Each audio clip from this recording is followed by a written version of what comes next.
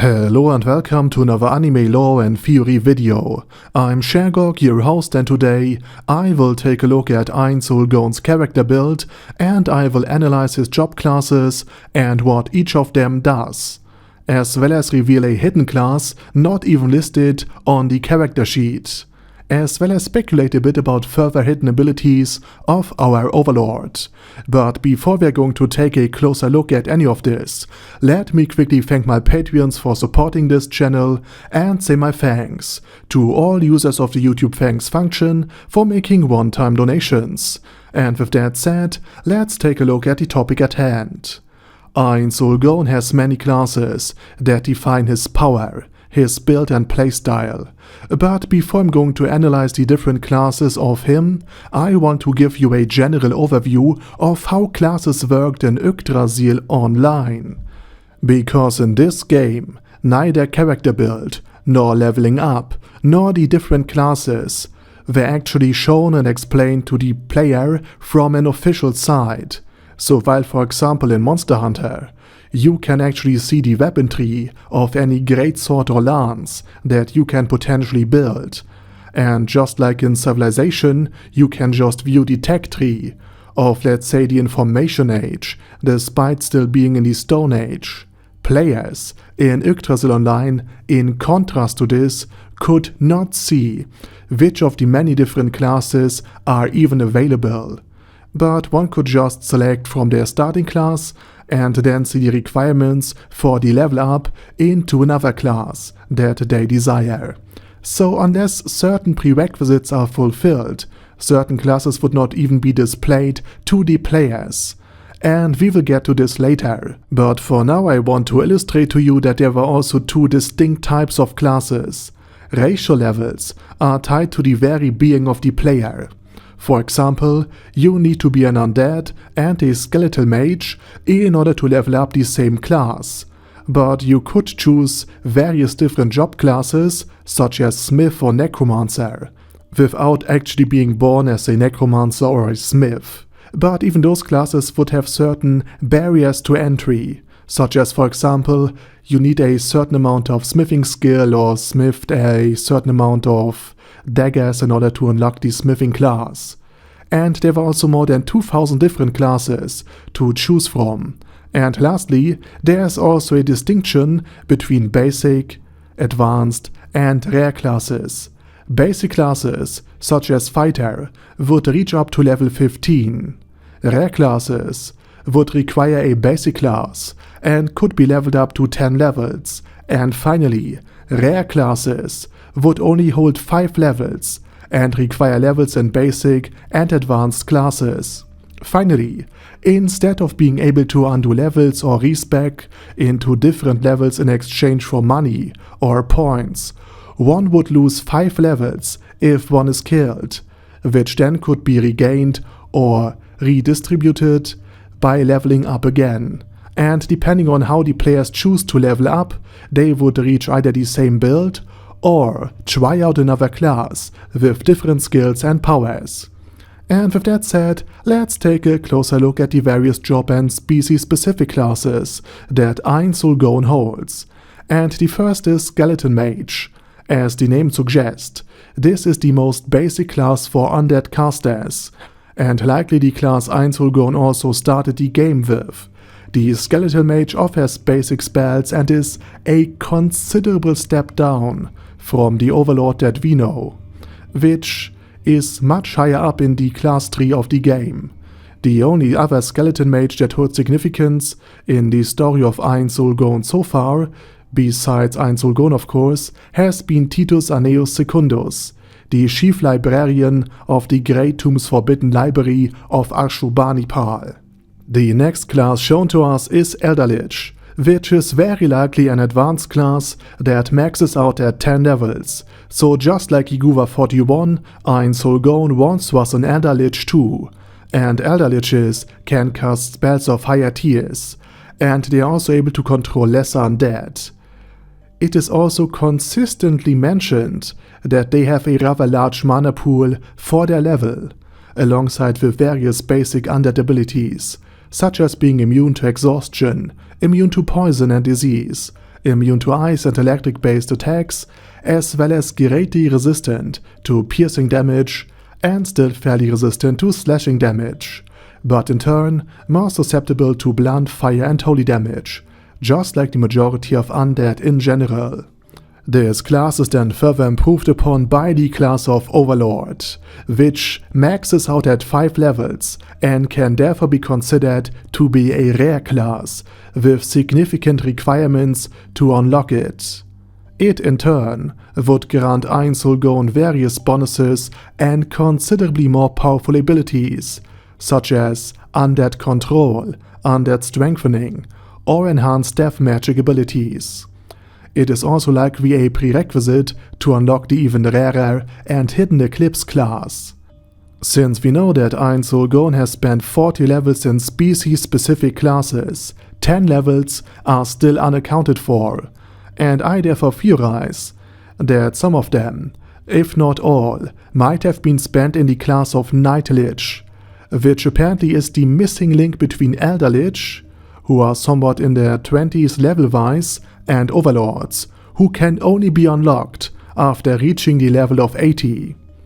And there are finally 3 distinct variants of Overlords: the Overlord Wiseman, who pursues ultimate magical power, the Overlord General, which is leading an enormous mass of undead, and finally the Overlord Chronomancer, which specializes in time magic.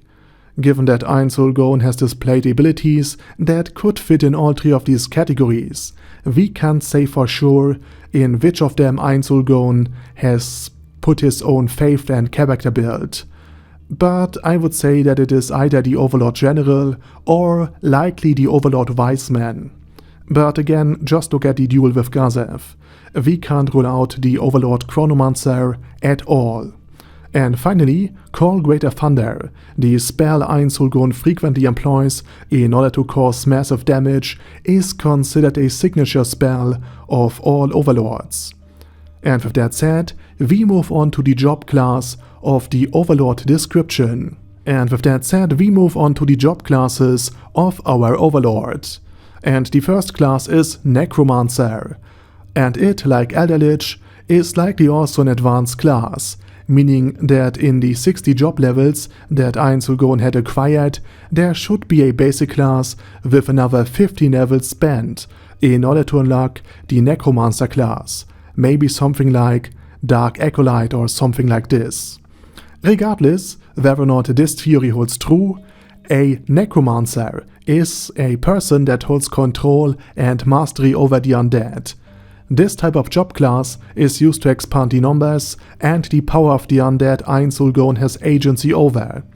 It likely also unlocks various other buffs and permanent status enhancements that Ainz Ooal has employed in strengthening of the Elder Liches, for example Iguva 41, and he had received a stat boost between 25 and 40% thanks to being created by Ainz Ooal, though we are not aware whether or not this solely comes from the Necromancy class or from the Elder or Night Lich or even Overlord class, and to which degrees and which percentage of the different classes are represented in the overall buffs. So for example, 30% of the buffs might be due to Ainz being an Overlord, another 30% might be due to Ainz having maxed out the Necromancy class, and the other 40% might be various buffs from his other classes, his stats, or perhaps his items. And the final class listed here is Ruler of Death. This likely also is an advanced job class that strengthens Ainz Ooal's agency over insta-death magic spells, such as Grasp Heart, his favorite spell, or True Death. And it also likely influences the resistance against insta-death magic in Ainz Ooal's favor, meaning that it takes now considerably higher stats and level to not fall dead the second Ainz Ooal cast his death spell. And while this is the last officially listed class, In the character sheet, we also know of yet another class, a rare class, that likely is only unlockable if one has not only focused himself on mastery over insta-death magic, but also on undead creation and control, as well as magic casting in general.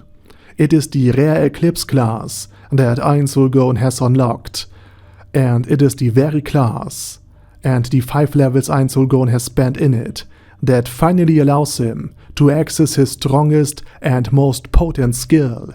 The goal of all life is death. Any insta-death magic buffed with this skill will destroy a target, no matter whether or not it holds an item that normally would make it immune to insta-death magic, or whether or not the target is even alive in the first place. For example, a golem, an undead, or an automaton like Shizo Delta would normally not be affected by insta-death magic. But with the goal of all life is death active, this holds no longer true. In the new world, the spell Cry of the Banshee, an area of effect spell, even affected the terrain and then supercharged the air with such undead potency that those who inhale it would instantly wither and die. It also transformed the lush verdant forest the duel between Shaltir and Ainz Ooal had taken place into a lifeless desert, devoid of even microbes and other microbial life forms. Given the 20 levels we know for sure Ainz has spent in his class, as well as the 5 levels of the Eclipse class, we arrive at 25 out of 60 levels spent. And if you assume that there's another basic job class akin to Skeletal Mage in this tree, another 15 levels are accounted for, leaving us with 40 levels spent and yet 20 levels unaccounted for. So there could well and truly be another monstrous class, like Eclipse in these levels hidden, that could be shown to us another time.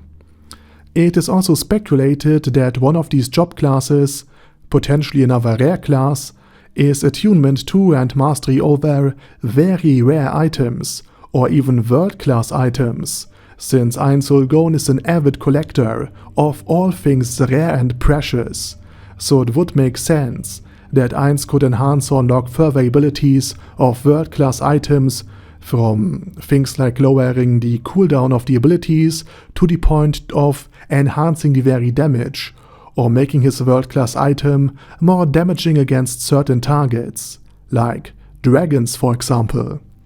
But again, this is just speculation on my part. And with that said, what is yours? Let me know down in the comment section what kind of abilities Ainz Ooal could still hide in his class tree. And while you type, I say thank you very much for watching, and special thanks to Ader Daddy Ader, ASK, Bad Guy Ye, Bad Burrito 316, Beezer, Ben C, Brandon D, Chrissy, Crowley 0221, Sia, Crystal Prime, Dead Slime, Death is Mercy, Deathless Dragonlord, Demon Xenomorph 1987, Devin Downen, Ding Dong, Dragonlord Placido Saxophone, Duckwagon, Dunkler Krieger, Dystopia, Dystopia II, Enigmatic Unicorn, Ferashivan, Guy with That Hat, Hector Marino, Hoss, Huster, Jacob G, Jana B,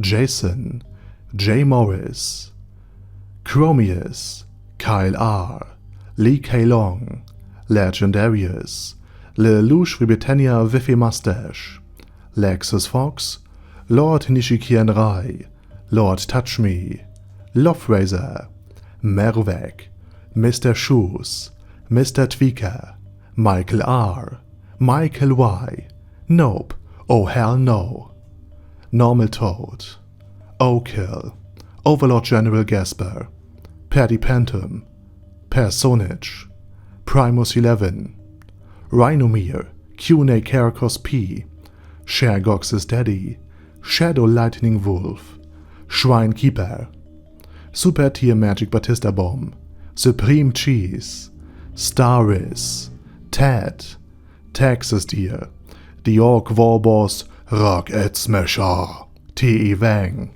Vash Hawkeye, Vegito27, Venture Fanatic, Wilhelm, Xenokai, and Zonegon. Thanks guys. Anyway, have a nice day, and I hope to see you all again soon under my next video.